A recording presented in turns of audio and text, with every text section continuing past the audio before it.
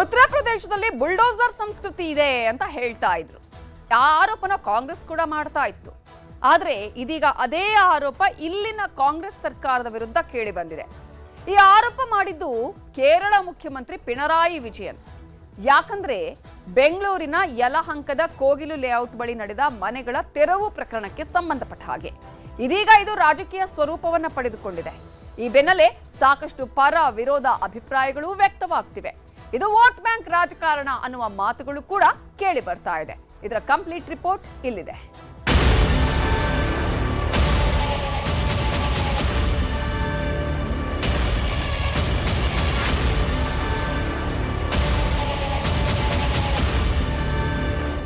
ಅವ್ರಿಗೆ ನೋಟಿಸ್ ಕೊಟ್ಟು ತೆಗಿಬೇಕು ಅಂತ ಹೇಳಿದ್ರು. ಏಕಾಏಕಿ ನಾವು ಸ್ಲಮ್ಗಳನ್ನ ಸರ್ಕಾರಿ ಜಾಗದಲ್ಲಿ ಒತ್ತುವರಿ ಮಾಡಿಕೊಂಡು ರಾತ್ರಿ ಗುಡಿಸಲು ಹಾಕ್ಲಿಕ್ಕೆ ನಾವು ಬಿಡ್ಲಿಕ್ಕೆ ಆಗುದಿಲ್ಲ. ಸಿದ್ದರಾಮಯ್ಯವರು ಜಮೀರ್ ಅಹಮದ್ ಗೊತ್ತಾದ್ರೆ ಅವರೇ ಜಮೀನ್ ತಗೊಂಡು ಮತ್ತೆ ಲೇಔಟ್ ಮಾಡಕ್ ಹೋಗ್ತಾರೆ. ಕೋಗಿಲು ಕ್ರಾಸ್ ಬಳಿಯ ಫಕೀರ್ ಕಾಲೋನಿಯಲ್ಲಿ ಗ್ರೇಟರ್ ಬೆಂಗಳೂರು ಪ್ರಾಧಿಕಾರದ ಅಧಿಕಾರಿಗಳು ಮನೆಗಳನ್ನ ನೆಲಸಮ ಮಾಡಿರುವಂತಹ ವಿಚಾರ ಇದೀಗ ರಾಜಕೀಯವಾಗಿ ಚರ್ಚೆ ಆಗ್ತಾ ಇರುವಂತದ್ದು. ಪಕ್ಕದ ಕೇರಳದ ಮುಖ್ಯಮಂತ್ರಿಗಳಾಗಿರುವಂತಹ ಪಿಣರಾಯಿ ವಿಜಯನ್ ಅವರು ನಿನ್ನೆ ಎಕ್ಸ್ ನಲ್ಲಿ ಪೋಸ್ಟ್ ಮಾಡಿರುವಂತಹ ಹಿನ್ನೆಲೆ ಇವತ್ತು ಕೇರಳದ ರಾಜ್ಯಸಭಾ ಸದಸ್ಯರಾಗಿರುವಂತಹ ಎ ರಹೀಂ ಅವರು ಕೂಡ ಸ್ಥಳಕ್ಕೆ ಭೇಟಿ ಕೊಟ್ಟು ಕಾಂಗ್ರೆಸ್ ಸರ್ಕಾರದ ವಿರುದ್ಧ ಇದೀಗ ಹರಿಹಾಯ್ದಿರುವಂತದ್ದು. ಸದ್ಯಕ್ಕೆ ಅದೇ ಜಾಗದಲ್ಲಿ ನಿಂತಿದ್ದೀವಿ. ಕಳೆದ ಒಂದು ವಾರಗಳಿಂದ ಇಲ್ಲಿ ಮನೆಯನ್ನ ಕಳೆದುಕೊಂಡಿರುವಂತಹ ನಿವಾಸಿಗಳು ಪರದಾಟವನ್ನ ಮಾಡ್ತಾ ಇರುವಂತದ್ದು. ಇಲ್ಲಿನ ಯಾವುದೇ ಮನೆಗಳಿಗೂ ಕೂಡ ಸರಿಯಾಗಿರುವಂತಹ ದಾಖಲಾತಿಗಳಿಲ್ಲ. ಇದು ಅನಧಿಕೃತವಾಗಿ ನಿರ್ಮಾಣ ಆಗಿರುವಂತಹ ಮನೆಗಳು ಅನ್ನುವಂತ ಆರೋಪದಲ್ಲಿ ಇದೀಗ ಮನೆಗಳನ್ನ ಸಂಪೂರ್ಣವಾಗಿ ನೆಲಸಮ ಮಾಡಿದ್ದಾರೆ. ಈ ರಾಜಕೀಯ ನಾಯಕರೇ ಹಾಗೆ. ವೋಟ್ ಬ್ಯಾಂಕ್ ಅನ್ನೋ ವಿಚಾರ ಗೊತ್ತಾದ್ರೆ ಸಾಕು, ವಿವಾದವಿರಲಿ, ಹೋರಾಟವಿರಲಿ ಅಥವಾ ಇನ್ಯಾವುದೇ ವಿಷಯವಾಗಲಿ ತಮಗೆ ಸಂಬಂಧವಿಲ್ಲದಿದ್ರೂ ತಮ್ಮ ಬೇಳೆ ಬೇಯಿಸಿಕೊಳ್ಳಲು ಸಜ್ಜಾಗಿ ಬಿಡುತ್ತಾರೆ. ಕರ್ನಾಟಕದಲ್ಲಿನ ವಿಷಯದಲ್ಲಿ ನೆರೆಯ ಕೇರಳ ಸಿಎಂ ಪಿಣರಾಯಿ ವಿಜಯನ್ ಈಗ ಅದೇ ರೀತಿ ವರ್ತನೆ ಆರಂಭಿಸಿಕೊಂಡಿದ್ದಾರೆ.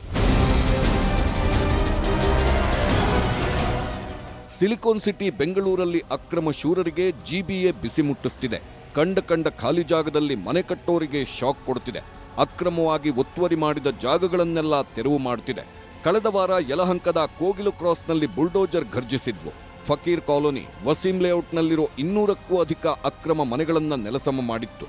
ಈ ಜಾಗದಲ್ಲಿ ಬೆಂಗಳೂರು ಘನತ್ಯಾಜ್ಯ ನಿರ್ವಹಣಾ ನಿಯಮಿತ ವತಿಯಿಂದ ಪ್ರಸ್ತಾವಿತ bio methanisation plant, animal rendering, animal incineration, ಎಳನೀರು ಬುರುಡೆ ಸಂಸ್ಕರಣಾ ಮತ್ತು ಸ್ಯಾನಿಟರಿ ತ್ಯಾಜ್ಯ ಸಂಸ್ಕರಣಾ ಸೌಲಭ್ಯಗಳ ಯೋಜನೆ ರೂಪಿಸಲಾಗಿದೆ.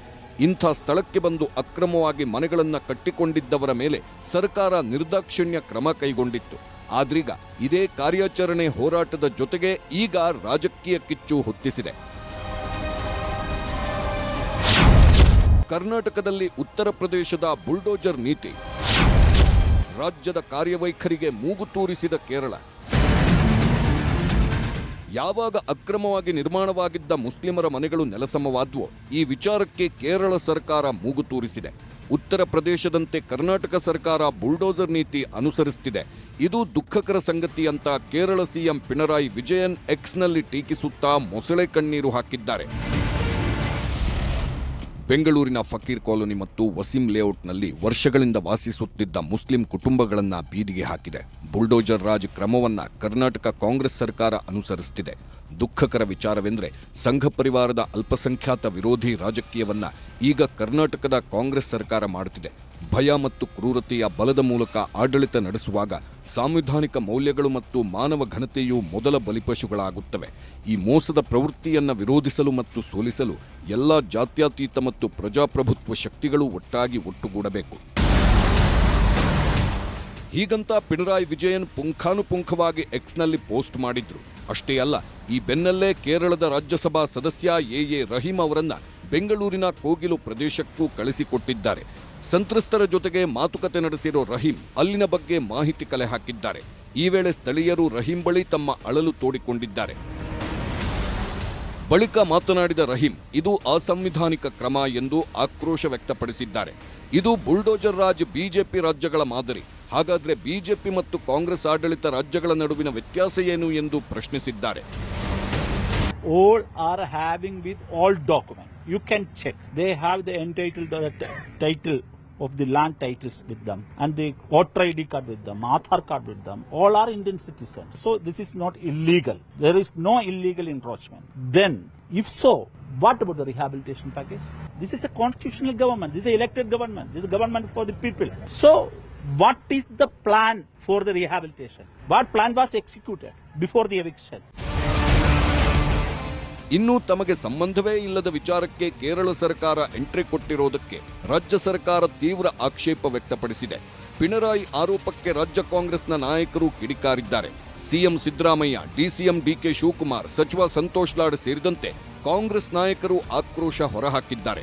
ಕಾಂಗ್ರೆಸ್ ಯಾರಿಗೂ ತಾರತಮ್ಯ ಮಾಡಿಲ್ಲ, ಪಿಣರಾಯಿ ವಿಜಯನ್ ವೋಟ್ ಬ್ಯಾಂಕ್ ರಾಜಕೀಯ ಮಾಡುತ್ತಿದ್ದಾರೆ ಅಂತ ಕಿಡಿಕಾರಿದ್ದಾರೆ. ವೇಸ್ಟ್ ಮ್ಯಾನೇಜ್ಮೆಂಟ್ ಜಾಗ 5 ಎಕರೆ ಅದು ಯಾವತ್ತೂ ಅದಕ್ಕೆ ಸೇಫ್ಟಿ ಇಲ್ಲ. ಅದು ಆ ಕಾರಣಕ್ಕೋಸ್ಕರ ಅವ್ರನ್ನ ಅನಾಥರೈಸ್ಗೆ ಆಕ್ಯುಪೆನ್ಸಿದ್ರಲ್ಲ, ಅವ್ರಿಗೆ ನೋಟಿಸ್ ಕೊಟ್ಟು ತೆಗಿಬೇಕು ಅಂತ ಹೇಳಿದ್ರು. ಅವರು ಕೇಳಲಿಲ್ಲ, ಅದಕ್ಕೋಸ್ಕರ ಕಾಲೇ ಮಾಡಿಸಿದ್ದಾರೆ. ಸಾಲಿಡ್ ವೇಸ್ಟ್ ಕಸ ಹಾಕಕ್ಕೆ ಸೀಮಿತವಾಗಿ ಇಟ್ಟಂತ ಜಾಗ ಹಿಂದೆನೇ 10 ವರ್ಷದಿಂದನೇ 9 ವರ್ಷದಿಂದನೇ ಅದನ್ನ ನೋಟಿಫೈ ಆಗಿತ್ತು. ಆ ಜಾಗದಲ್ಲಿ ಕಸ ಹಾಕುವಂತ ಜಾಗದಲ್ಲಿ ಹೋಗಿ ರಾತ್ರೋರಾತ್ರಿ ಗುಡಿಸಲುಗಳನ್ನು ಹಾಕಿದ್ದಾರೆ. ಅದನ್ನ ತೆರವು ಹಾಕಲಿಕ್ಕೆ ನಾವೆಲ್ಲ ನಮ್ಮ ಸ್ಥಳೀಯ ಮುಖಂಡರ ಹತ್ರ, ಶಾಸಕರ ಹತ್ರ ಚರ್ಚೆ ಮಾಡಿ ಅದನ್ನ ಖಾಲಿಗೊಳಿಸಿ ಅದನ್ನ ಸರಿಯಾದ ರೀತಿಯಲ್ಲಿ ಉಪಯೋಗ ಮಾಡಿಕೊಳ್ಳಲಿಕ್ಕೆ ಆದೇಶವನ್ನ ಮಾಡಿದ್ದಾರೆ. ಆ ಕೆಲಸವನ್ನ ನಾವು ಮಾಡ್ತಾ ಇದ್ದೇವೆ. ಯಾರಿಗೂ ಕೂಡ ತೊಂದರೆ ಕೊಡಬೇಕು ಅನ್ನೋದಿಷ್ಟಿಲ್ಲ. ಯಾಕೆಂದ್ರೆ ಏಕಾಏಕಿ ನಾವು ಸ್ಲಮ್ಗಳನ್ನ ಸರ್ಕಾರಿ ಜಾಗದಲ್ಲಿ ಒತ್ತುವರಿ ಮಾಡಿಕೊಂಡು ರಾತ್ರೋರಾತ್ರಿ ಗುಡಿಸಲುಗಳು ಹಾಕಲಿಕ್ಕೆ ನಾವು ಬಿಡಲಿಕ್ಕೆ ಆಗುದಿಲ್ಲ. ಈಗ ಅವರಿಗೆ ಎಲೆಕ್ಷನ್ ಬಂದಿದೆ ಅಲ್ಲ, ಅದಕ್ಕೆ ಹಂಗೆ ಹೇಳ್ತಾರೆ ಅವರು. ಸೊ ಕಾಂಗ್ರೆಸ್ಸಿನ ಇತಿಹಾಸ ಇದೆ. ಕಾಂಗ್ರೆಸ್ಸು ಯಾರಿಗೆ ಅಪೋಸ್ಮೆಂಟ್ ಆಗಿರಲಿ ಅಥವಾ ಯಾರು ವಿರೋಧವಾಗಿ ಮಾಡ್ತಕ್ಕಂಥದ್ದಲ್ಲ. ಕಾಂಗ್ರೆಸ್ಸಿನ ಇತಿಹಾಸ ಇಡೀ ದೇಶದ ಇತಿಹಾಸ ನಿಮ್ಗೆ ಗೊತ್ತಿದೆ. ಎಲ್ಲ ಸಮಾಜದವ್ರನಿಗೆ ಒಟ್ಟುಗೂಡಿಸಿ ಹೋಗ್ತಕ್ಕಂಥದ್ದು ಐಡಿಯಾಲಜಿಲಿ ಇರ್ತಕ್ಕಂಥ ಕಾಂಗ್ರೆಸ್ ಪಕ್ಷ. ಸೊ ಯಾರಿಗೆ ಪರ ಆಗಲಿ ವಿರೋಧ ಮಾಡೋಕ್ಕೆ ಹೋಗೋದಿಲ್ಲ ನಾವು. ಅವ್ರಿಗೆ ಎಲೆಕ್ಷನ್ ಹತ್ರ ಬಂದೈತೆ, ಅದಕ್ಕೆ ಮುಖ್ಯಮಂತ್ರಿ ಆ ರೀತಿ ಮಾತನಾಡ್ತಾರೆ. ಇನ್ನು ಈ ಬಗ್ಗೆ ಪ್ರತಿಕ್ರಿಯಿಸಿರೋ ಬಿಜೆಪಿ ರಾಜ್ಯಾಧ್ಯಕ್ಷ ಬಿವೈ ವಿಜಯೇಂದ್ರ, ಈ ಬಗ್ಗೆ ಹೆಚ್ಚೆಚ್ಚು ಚರ್ಚೆ ಮಾಡೋಕೆ ಹೋಗಬೇಡಿ, ಯಾಕಂದ್ರೆ ಜಮೀರ್ಗೂ ಸಿದ್ದರಾಮಯ್ಯಗೂ ಗೊತ್ತಾದ್ರೆ ಅವರೇ ಜಮೀನು ರೆಡಿ ಮಾಡಿ ಮುಸ್ಲಿಂ ಲೇಔಟ್ ಮಾಡಿಬಿಡ್ತಾರೆ ಅಂತ ಟಾಂಗ್ ಕೊಟ್ಟಿದ್ದಾರೆ. ದಯವಿಟ್ಟು ಅದ್ರ ಬಗ್ಗೆ ಹೆಚ್ಚು ಚರ್ಚೆ ಮಾಡಬೇಡಿ. ಸಿದ್ದರಾಮಯ್ಯವರು ಜಮೀರ್ ಅಹಮದ್ಗೆ ಗೊತ್ತಾದ್ರೆ ಅವರೇ ಜಮೀನು ತಗೊಂಡು ಮತ್ತೆ ಲೇಔಟ್ ಮಾಡಕ್ ಹೋಗ್ತಾರೆ. ಅದನ್ನ ಚರ್ಚೆ ಬೇಡ. ಸಿಡಿದೆದ್ದ ಎಸ್ಡಿಪಿಐ ಪ್ರತಿಭಟನೆ ಮಾಡಿ ಕಿಡಿ. ಪ್ರತಿಭಟನೆ ವೇಳೆ ಆಕ್ರೋಶ, ಹೈಡ್ರಾಮಾ. ಕೇರಳ ಸಿಎಂ ಪಿಣರಾಯಿ ವಿಜಯನ್ ಉರಿಯೋ ಬೆಂಕಿಗೆ ತುಪ್ಪ ಸುರಿಯುವ ಕೆಲಸ ಮಾಡಿದ್ದಾರೆ. ಕೇರಳ ಮೂಗು ತೂರಿಸಿದ ಬೆನ್ನಲ್ಲೇ ಜಿಬಿಎ ಕಾರ್ಯಾಚರಣೆ ವಿರುದ್ಧ ಎಸ್ಡಿಪಿಐ ಕೂಡ ಸಿಡಿದೆದ್ದಿದೆ. ಸಂತ್ರಸ್ತರಿಗೆ ನ್ಯಾಯ ಬೇಕು ಅಂತ ಪ್ರತಿಭಟನೆ ಮಾಡಿದ್ದಾರೆ. ಇದೇ ವೇಳೆ ಪೊಲೀಸರು ಹಾಗೂ ಎಸ್ಡಿಪಿಐ ನಾಯಕರ ನಡುವೆ ಜಟಾಪಟಿಯೇ ನಡೆಯಿತು.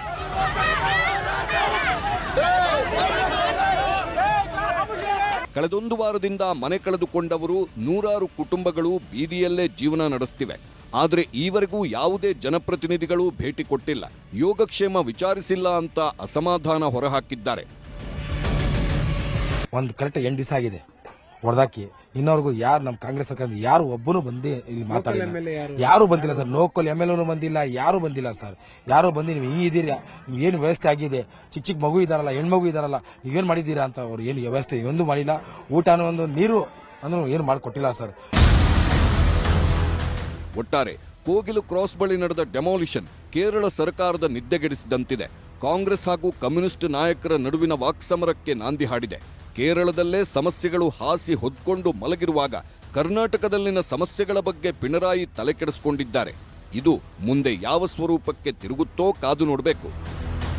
ಒಟ್ಟಾರೆ ಇಲ್ಲಿ ನೆಲಸಮ ಆಗಿ ಮನೆಗಳನ್ನ ಕಳೆದುಕೊಂಡಿರುವಂತಹ ನಿವಾಸಿಗಳು ಕಳೆದ 5-6 ದಿನಗಳಿಂದ ಇಲ್ಲಿ ಪರದಾಟ ಮಾಡ್ತಾ ಇರುವಂತದ್ದು. ಅವರಿಗೆ ಸರಿಯಾಗಿರುವಂತಹ ಊಟ, ನೀರು, ಆಹಾರ ಜೊತೆಗೆ ಶೌಚಾಲಯದ ವ್ಯವಸ್ಥೆ ಇಲ್ಲದೆ ಇಲ್ಲಿರುವಂತಹ ನಿವಾಸಿಗಳು ಪರದಾಡ್ತಾ ಇರುವಂತದ್ದು. ಬೆಂಗಳೂರಿನಿಂದ ಕ್ಯಾಮರಾ ಪರ್ಸನ್ ಗುರುಶೇಖರ್ ಜೊತೆ ಆಶಿಕ್ ಮುಲ್ಕಿ, ನ್ಯೂಸ್ 8.